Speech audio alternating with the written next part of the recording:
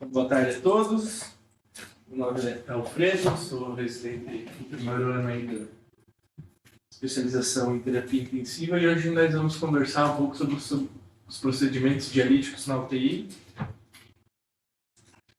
Então, só relembrando a aula da doutora Larissa da semana passada, então, a insuficiência renal é uma das complicações mais frequentes na terapia intensiva, tá? Sendo responsável por altas taxas de morbidade e mortalidade, podendo chegar até 90% quando associadas a disfunções de múltiplos órgãos.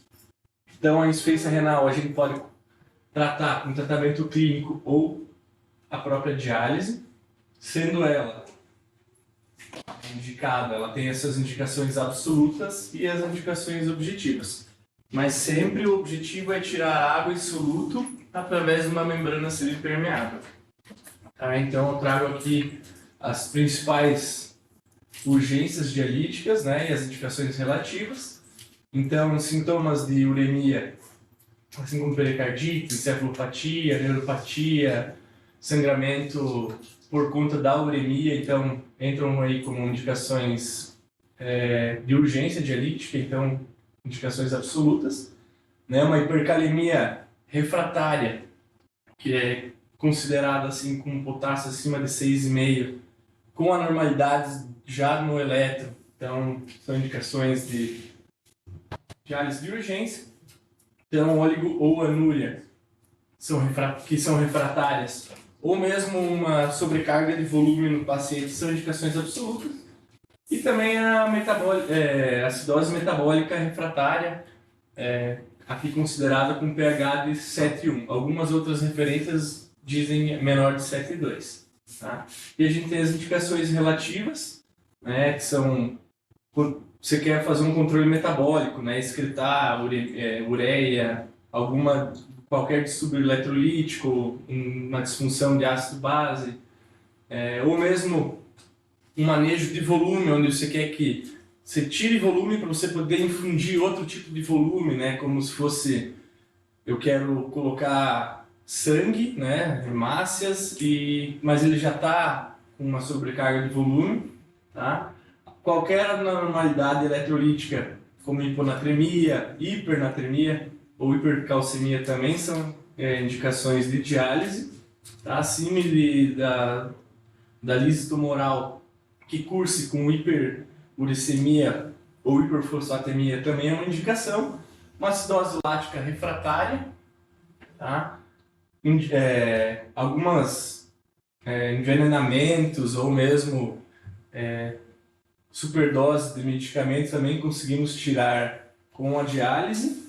E aqui como mostra, a gente pode acabar corrigindo tanto hipotermia como hipertermia, porque a gente consegue controlar a temperatura do dialisato, né, que seria o líquido que vai fazer a diálise. Então a gente consegue também aqui corrigir esses problemas. Tá? Aqui eu trago só mais como poderia dizer agora, esqueci a palavra, mas mais assim como as toxinas dialisáveis, mais como ponto de informação a mais, tá? Então aqui a gente tem de cima para baixo as principais toxinas que a gente consegue dialisar, tanto toxina quanto os próprios medicamentos que a gente faz uso, né? Então uma super concentração de AS a gente consegue tirar pela diálise, assim como lítio, ácido valproico, teofilina, toxina propriamente de cogumelos. A gente às vezes recebe aqueles pacientes que fizeram uso do ácido lisérgico, né, do LSD, então a gente consegue dialisar algumas toxinas, tá? E aqui eu trago para vocês os principais componentes da diálise. Tá? Então a gente tem 3 principais componentes. O próprio dialisador, que seria a máquina que vai fazer. O dialisato, que seria a solução com que a gente vai fazer a troca com o volume sanguíneo.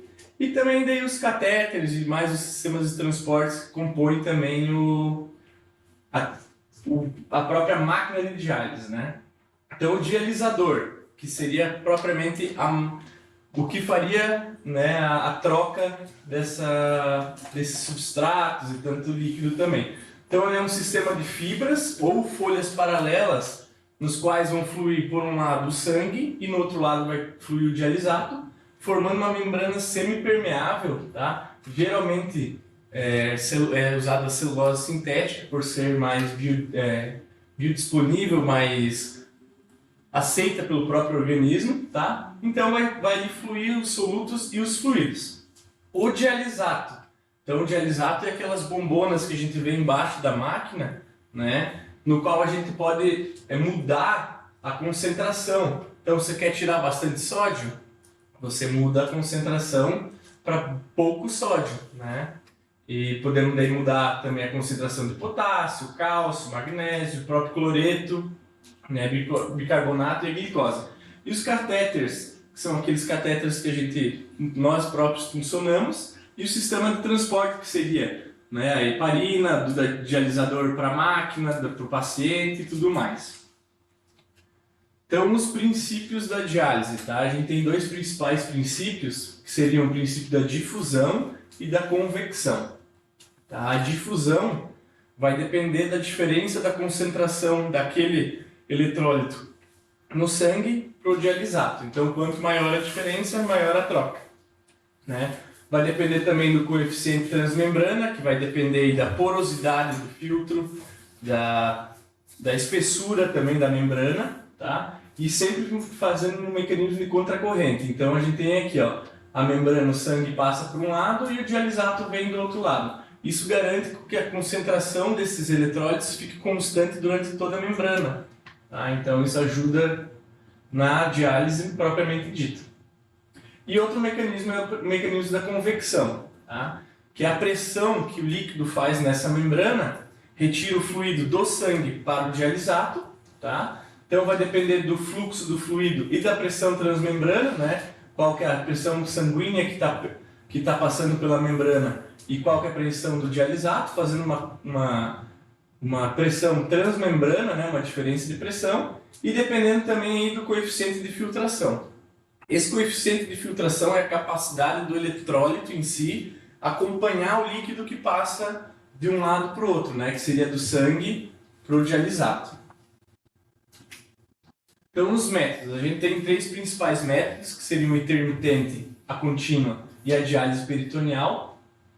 Então, a intermitente tem um fluxo mais rápido, tá? Então ela acaba fazendo mais troca por convecção do que o contínuo, que seria o fluxo lento, tá? Então remove rapidamente o potássio, toxinas, propriamente o fluido, por ter mais essa capacidade de fazer através da convecção essa troca de fluidos. Porém, ela tem um problema que vai causar mais hipotensão.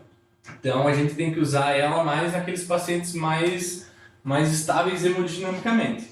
Já na contínua, ela tem um fluxo lento, vai causar menos hipotensão, então, e ela é mais tolerada em pacientes instáveis. Só que com a contínua a gente não consegue tirar tanto o F, né, que seria o ultrafiltrado, porque ele perde a capacidade de fazer aquela troca por convecção, que foi aquela segundo princípio da diálise. E a gente tem ainda um terceiro tipo, que seria a diálise peritoneal. Tá? O que é a diálise peritoneal? É a infusão do dialisato direto no peritônio, né, na cavidade intraperitoneal, e essa troca de soluto entre o dialisato e o próprio sangue vai ocorrer através dos capilares peritoneais e aquele líquido que é o dialisato que foi infundido na cavidade. Nela a gente tem alguns problemas. Ela pode causar peritonite se esse dialisato estiver infectado. Tem complicações relacionadas ao próprio catéter, né? A gente tem o catéter de Tinkoff, que seria o catéter maleável, e o catéter rígido, né?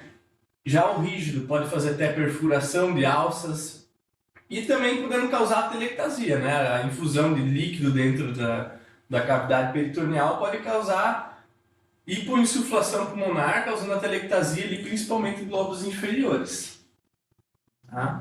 Então, quanto ao acesso para a diálise, a gente tem a diálise que pode ser feita com um catéter venoso e um arterial, só que daí a gente vai ter o problema da cateterização da artéria, né?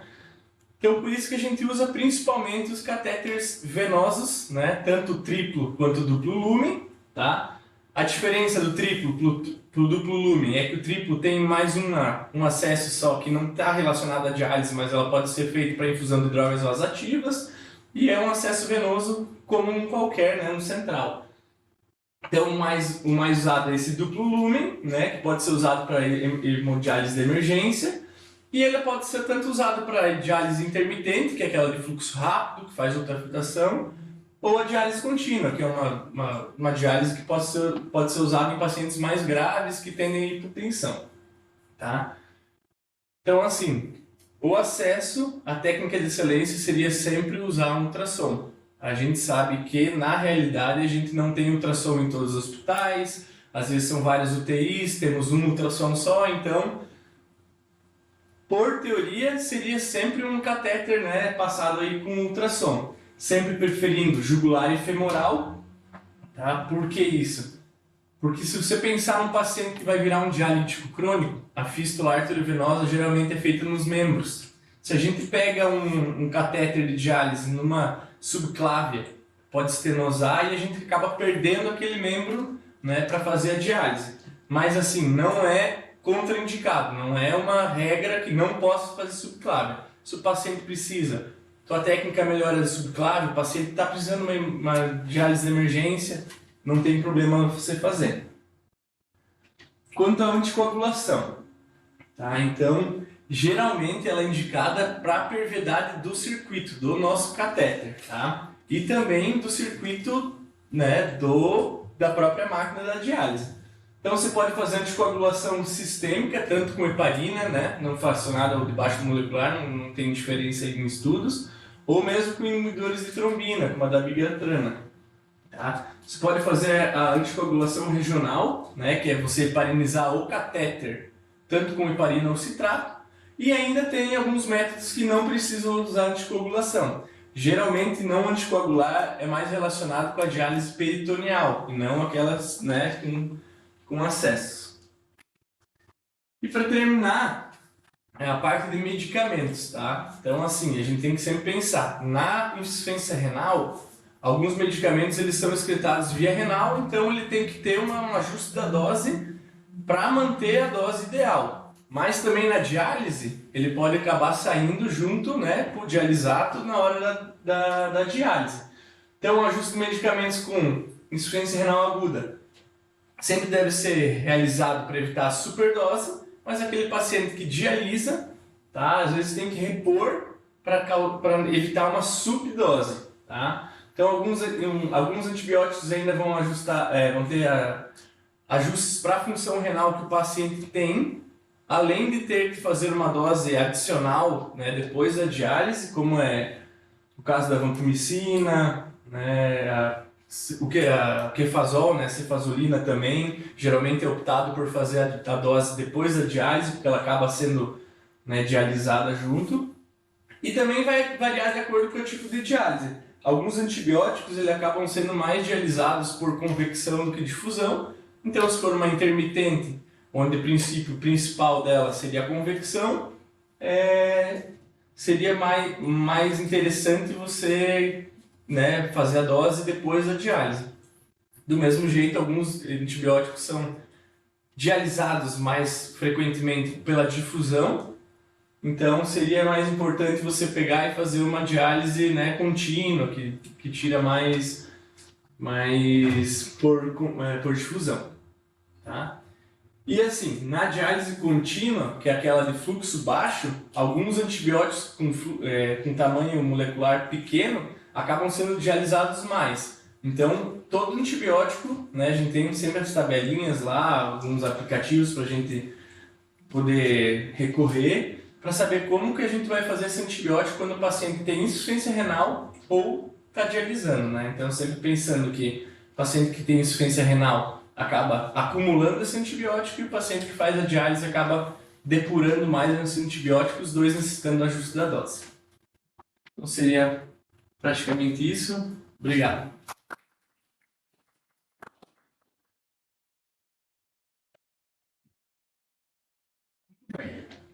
Foi bem didático, né? separando bem os tipos de diálise. Eu não sou especialista de diálise, então vou poder ajudar um pouco vocês em como é que funciona a máquina. Mas vamos discutir um pouco aí. Vai me ajudar. Tá? Perguntas, Pro Alfredo. Tudo bem? Mais por curiosidade, assim, quanto tempo demora para sair o fluido do extravascular e assim, voltar depois que tira a diálise? Por exemplo, o cara tirou 3 litros. Quanto tempo até restabelecer? Quanto tempo? Isso. Essa é uma pergunta de fisiologia muito importante. Né? Você tem um paciente que está edemaciado. Como é que você faz com que esse edema ele seja diminuído? Então, um edema ele é diminuído ou se você tem drenagem linfática ou ele volta pela vênula pós-capilar, né? Obedecendo às leis de Starling da periferia. Então, se você faz uma administração de diurético para um doente que tem uma periferia que está íntegra, essa reabsorção é bastante rápida.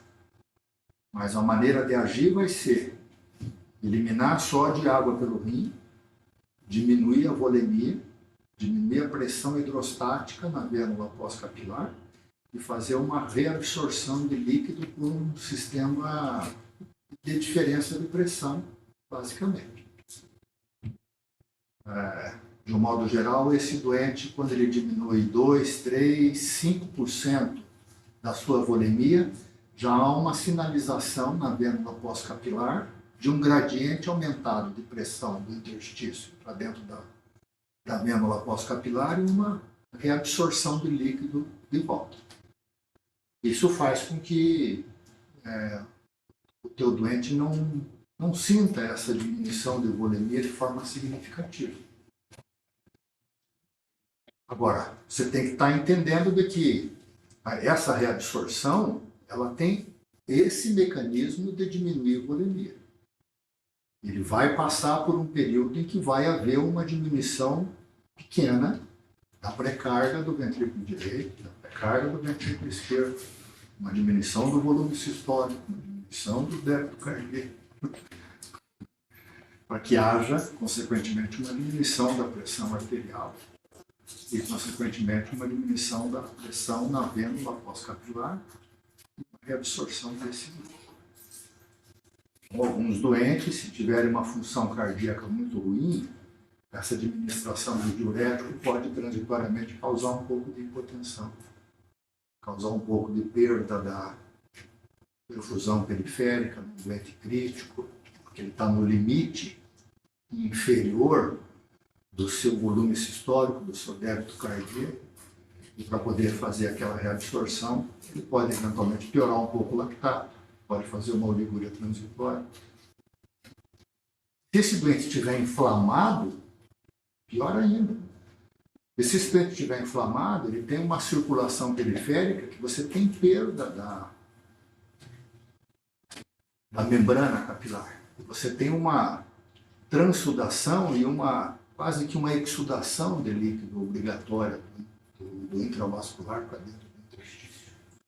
Consequentemente, uma administração de diurético para esse doente pode só causar, no extremo, diminuição da volemia porque ele urinou, sem causar uma diminuição importante na pressão hidrostática da vênula pós-capilar, sem causar uma reabsorção importante do líquido. Ele continua com edema, mas ele faz hipotensão.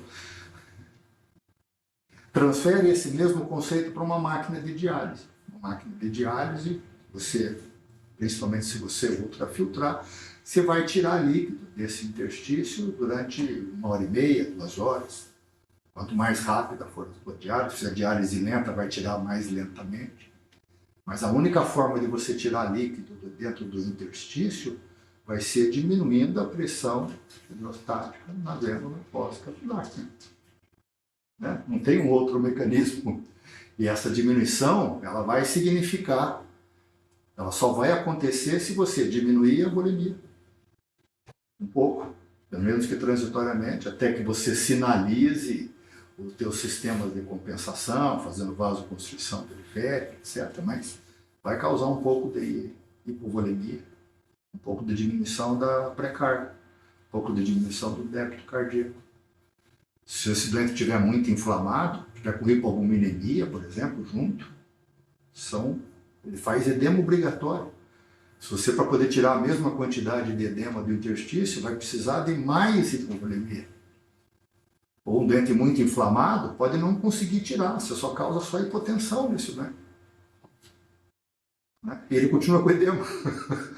Você tirou líquido só do interstício, porque só do intravascular não conseguiu tirar do interstício.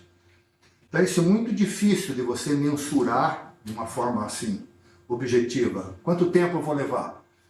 Você tem que olhar para o teu doente. Se eu te colocar ali na UTI, durante mais ou menos umas 2 horas, e fizer 5 litros de sangue em bolo em você, e você edemaciar transitoriamente, eu fizer 2 ampolas de diurético, você não vai nem perceber se rapidamente urina perde, porque você tem coração bom, você tem capilar bom, que não está inflamado, não tem perda obrigatória para dentro do interstício, você rapidamente absorve, não sente nada. Agora você pega numa outra ponta, um doente que tem PAV, né? Tem 16 mil leucócitos, uma PCR de 300, né? Está tomando droga vasoativa, e você faz uma ultrafiltração de 1000 ml em 2 horas, ele faz hipotensão, porque ele não consegue reabsorver o líquido.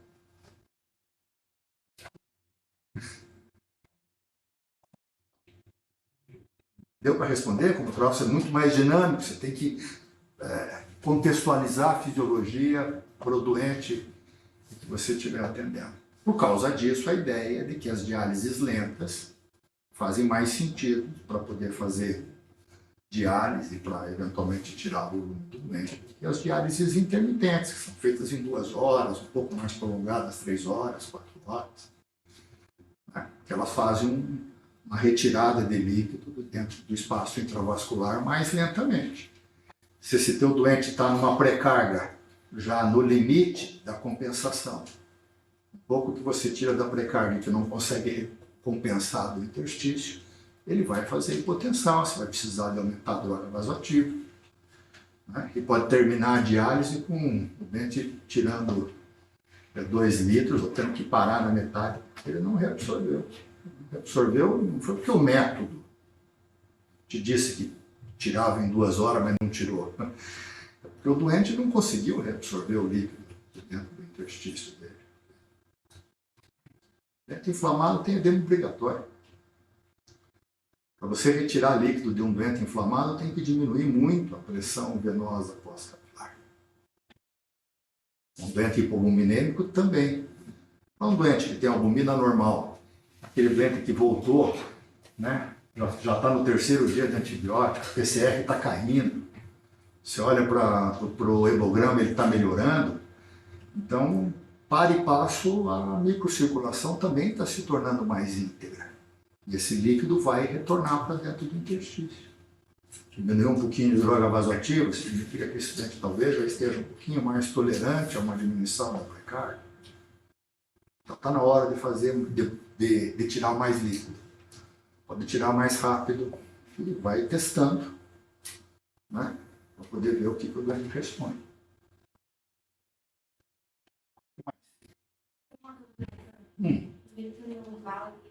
A albumina, que às vezes os pacientes é prescrito em alguns serviços para realmente puxar o líquido do extravascular para fazer o intravascular. Muda a efetividade se eu fizer antes da hemodiálise e depois você fazer a diálise, ou se fazer a albumina durante a sessão de hemodiálise, a efetividade desse plano de puxar mais muda ou não? Ok, não tem resposta. Tento sempre passar para vocês de que 95% das coisas que a gente faz dentro da UTI, elas são baseadas em fisiologia. Ok?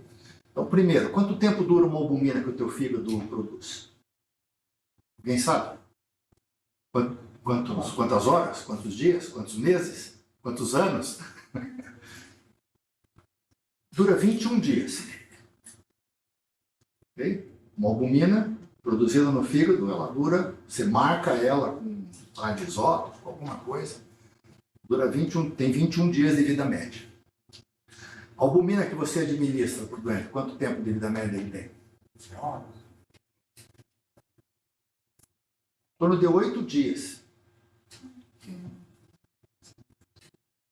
Vai depender muito do metabolismo do doente, se ele está mais hipercatabólico, se ele está mais anabólico. Ok?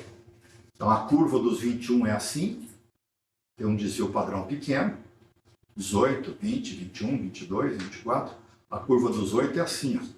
Algumas vezes pode durar 3 dias, algumas vezes pode durar 12 dias, se o doente estiver mais hipercatabólico. Ok. Vamos imaginar que você tenha 100 gramas de proteína dentro do sangue. Quantos que estão dentro do corpo? Quanto que tem dentro do espaço intravascular?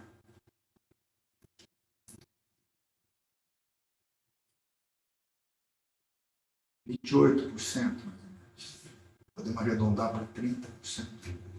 É falsa a ideia de que a administração de albumina fica dentro do espaço intravascular. Porque você sentada aí, né, não inflamada, sem infecção nenhuma, a albumina corporal tua, 70%, mais de 2/3 da tua albumina está dentro do teu interstício e dentro do teu do tronco que volta a linfa do ducto torácico. Também é rico em albumina. Ou seja, o fato de você ter dentro do espaço intravascular mais ou menos 60%, 70% mais de proteína em concentração do que dentro do interstício, você tem muito mais concentração de albumina dentro do espaço intravascular, vamos supor 3 gramas por decilitro, mas dentro do interstício você tem 1,2. Você não tem 0 de albumina dentro do interstício. Né? Afinal de contas, quando você faz uma punção de uma ascite, que não é um exudato, um derrame pleural, vem 0 de proteína? Não, vem 1,5. E você tem aquilo como se fosse um transudato. Um transudato tem ao redor de mais ou menos 1 grama, 1,5 gramas. Um pouco menos do que a metade da concentração de albumina do espaço intravascular. Mas você tem 3 a 4 vezes mais espaço intravascular, extracelular, do que tem de intravascular. Então você tem 2 vezes mais proteína no espaço intersticial, na quantidade total da albumina, do que você tem dentro do espaço intravascular. Fisiológico. Fechou? Então, se você tem 100 gramas, você tem 28, 30 gramas de albumina dentro do espaço intravascular. 70, 72 estão dentro do interstício e nos canais linfáticos. A albumina roda. Quando você faz uma dose de albumina num doente, para onde que vai isso? Você acha que a albumina que você está administrando ela vai para um lugar diferente do que aquela albumina que você tem no teu corpo? 2/3 dela vai para dentro do interstício. Se você não estiver inflamado, e se você estiver inflamado, você tem perda obrigatória do intravascular para dentro do interstício. Você enriquece o teu interstício de albumina. Põe um dreninho no ducto torácico aqui, mede a concentração de albumina, faz um frasco de albumina aqui e vê o que vai acontecer 1 hora depois. Ducto torácico.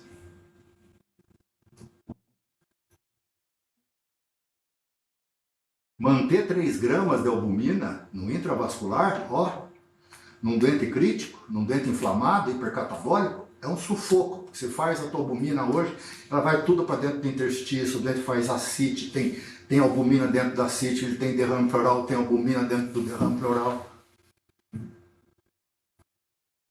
O espaço intravascular é 7% do nosso peso.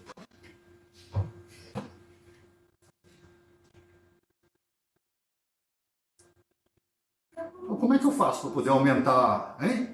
Tá bom, não vou prescrever. Não prescreve mais esse troço da albumina. Ótimo. Ok. Às vezes tem lá alguém que...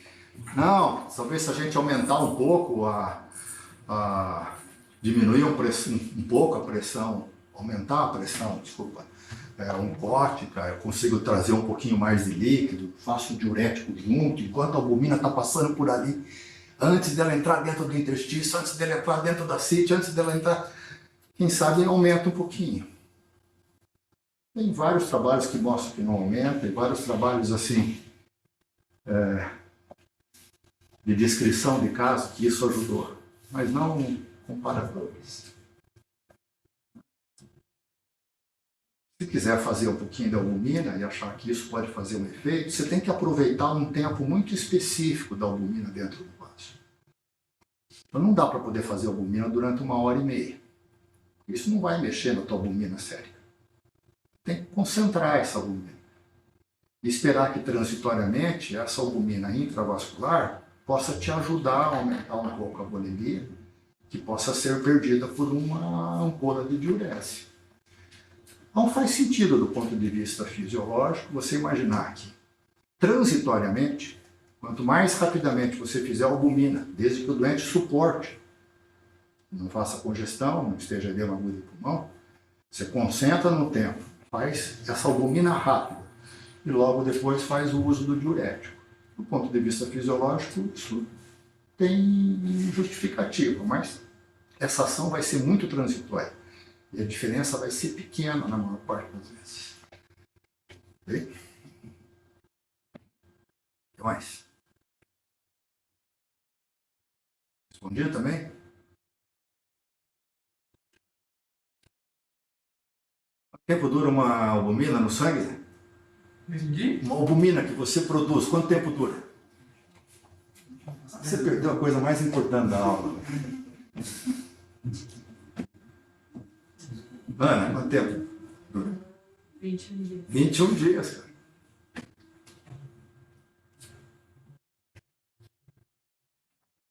O que mais?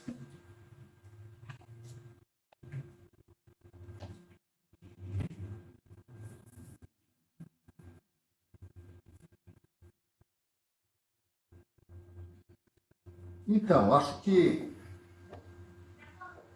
a gente achava, eu estou aí generalizando, os intensivistas, os nefrologistas, de que a gente iniciar a diálise para um doente de uma forma precoce fazia todo sentido.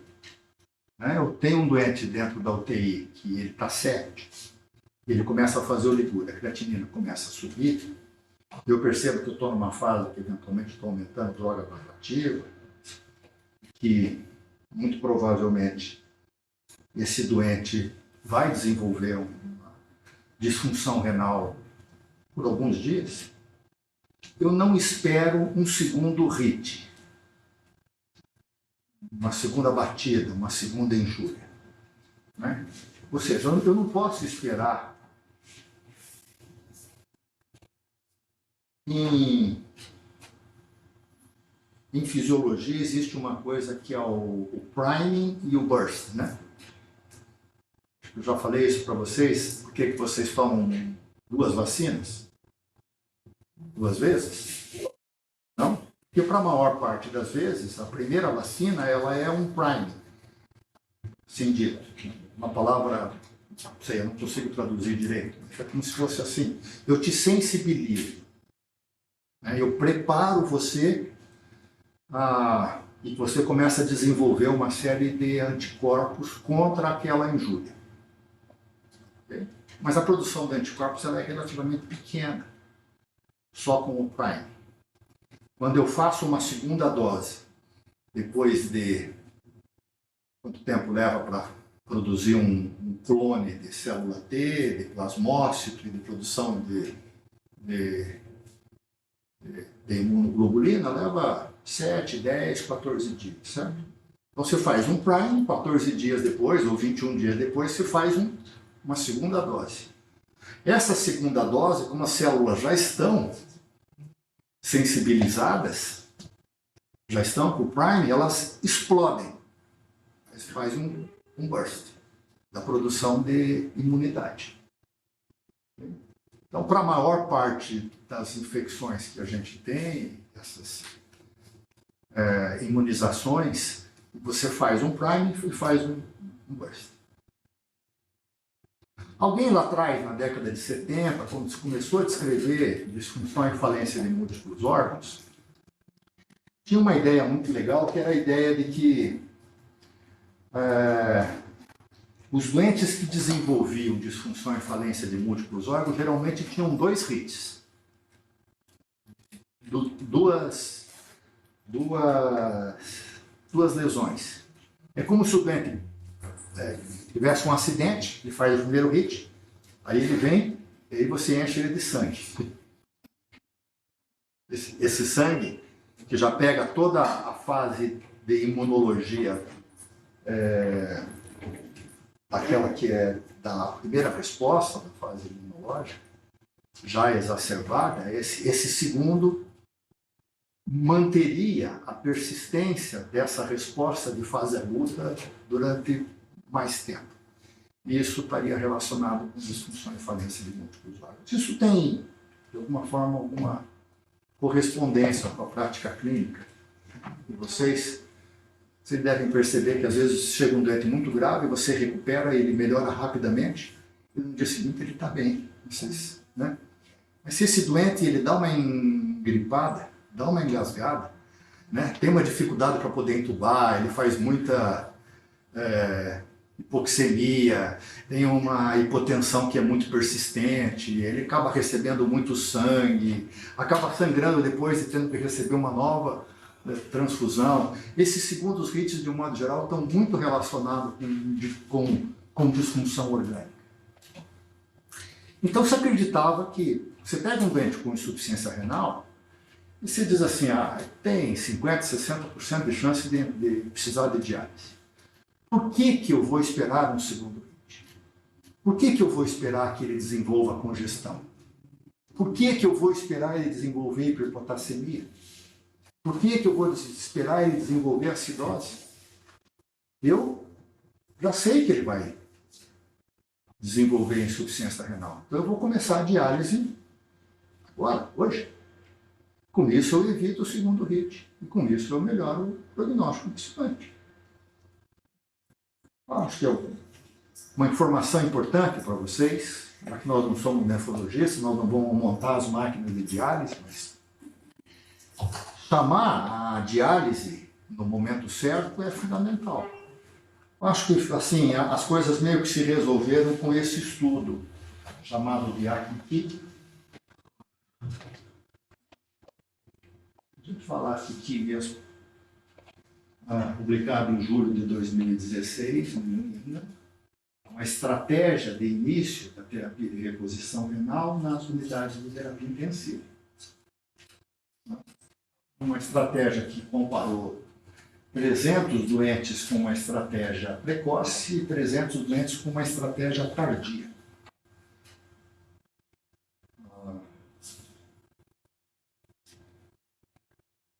Me lembro exatamente de onde é que era esse grupo.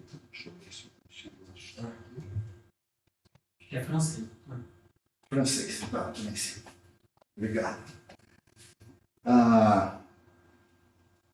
Não tem ninguém da terapia intensiva aí, né, Bruno? Não assim dos mais famosos. Olha a diferença da estratégia precoce com a estratégia tardia. Nenhuma diferença na sobrevida. O que é a estratégia tardia? É esperar as 4 indicações clássicas que ele falou.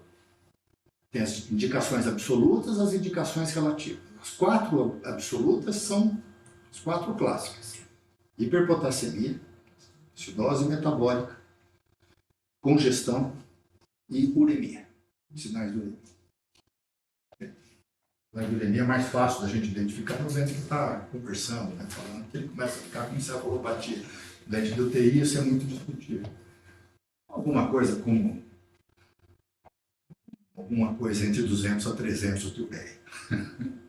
300, obviamente, sim. Alguns doentes já começam a fazer encefalopatia com níveis mais baixos. Ureia, principalmente os dentes agudos. Ok? Mas o que chamou mais atenção são essas duas coisas aqui, ó. Né? Em termos de mortalidade não tem diferença, mas olha que coisa interessante, ó. A proporção livre de diálise de pacientes que não precisavam de diálise. Então, no grupo precoce, todo mundo fez diálise. Em até 24 horas, você tinha praticamente 100% dos dentes fazendo diálise. Você não esperava esse dente complicar. Não esperava o segundo hit. E naqueles que você esperava a complicação clássica, depois de um mês, metade tinha feito diálise. Né? Ou seja, metade não desenvolveu nenhuma complicação daquelas clássicas. O que significa, então, que você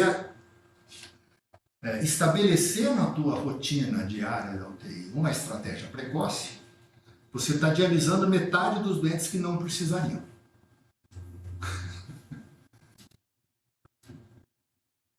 Certo?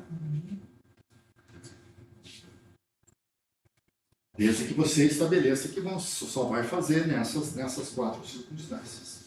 A outra coisa interessante é que se você estabeleceu uma estratégia precoce, quando comparado com uma estratégia tardia, aqui é tempo e aqui é a probabilidade do doente, a probabilidade de débito urinário adequado com nenhuma terapia de reposição renal. Então, os dentes que fazem a estratégia precoce, eles ficam mais tempo em diálise. E os outros voltam mais rapidamente a ter função renal normal. Então, fazer diálise muito precoce, segundo esse estudo, 300 doentes, dentro da terapia intensiva, você vai, primeiro, fazer diálise em metade dos dentes que não vão precisar. Segundo, os doentes que não precisam de diálise, eles vão voltar à função renal mais rápido do que aqueles que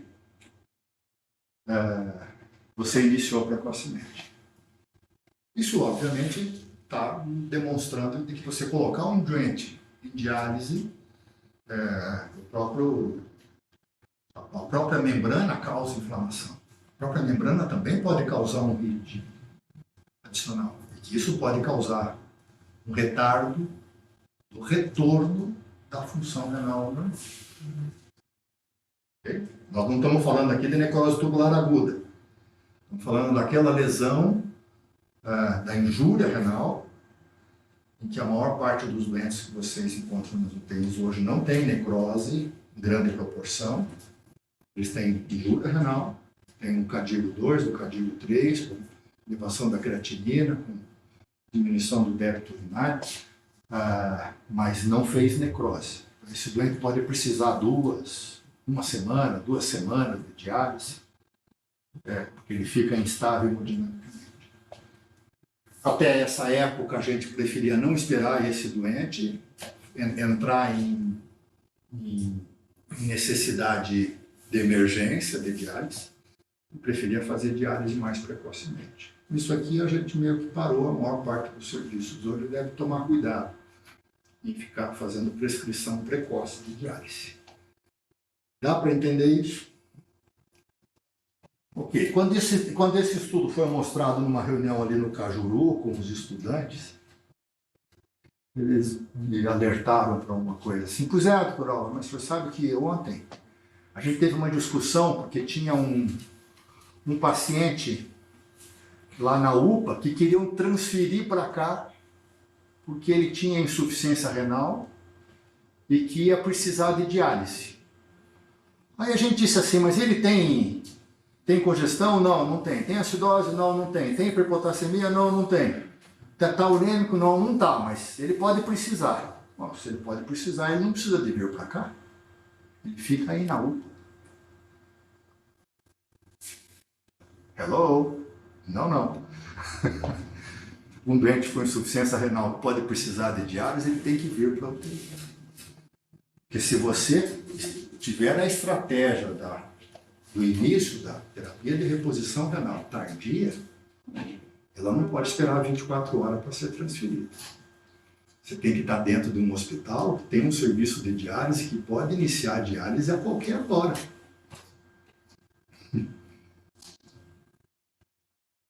Okay? Então, isso não significa que esse doente possa ir para uma enfermaria ou que ele possa ficar num local onde não tem um serviço de nefro que está avisado, né? E de que a qualquer momento aquele doente pode precisar de diálise. Né? E é claro que você não vai esperar daí 7 de potássio. Aqui está dizendo que com 4,5 você não precisa, mas começa a subir o potássio, é claro que isso é uma decisão dinâmica de beira de leito. Fazer menos diálises precoces, mais diálises quando precisarem, mas tem que, de alguma forma, organizar o serviço junto com a nefrologia, junto, né? Ficar medindo o potássio e dizer assim, agora subiu para 5,8, 6 de potássio, aí chama 3 horas da manhã, para poder fazer diálise, porque esse troço não vai rolar, vai só ser feita às 7, 8 horas, tá bom?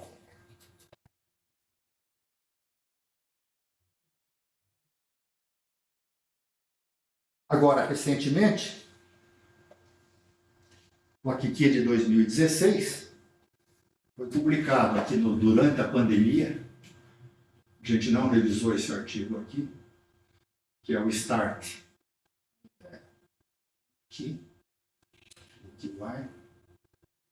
Quando começar a terapia de reposição renal, na injúria renal aguda,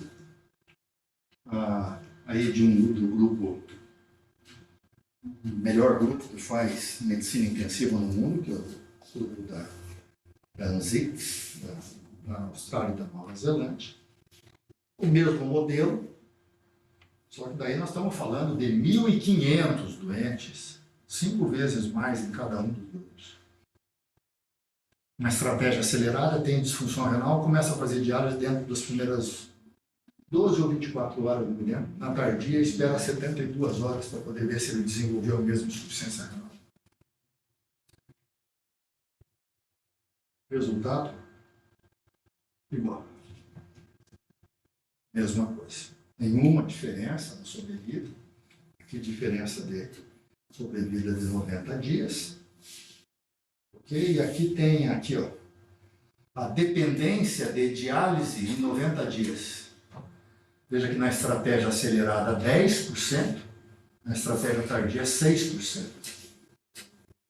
Um odds ratio de 1,74. 74% de chance a mais se você fizer diálise precoce, que em 90 dias o teu doente esteja ainda precisando de diálise. Não há justificativa para poder ficar fazendo isso sem que o doente realmente precise de diálise. Combinado?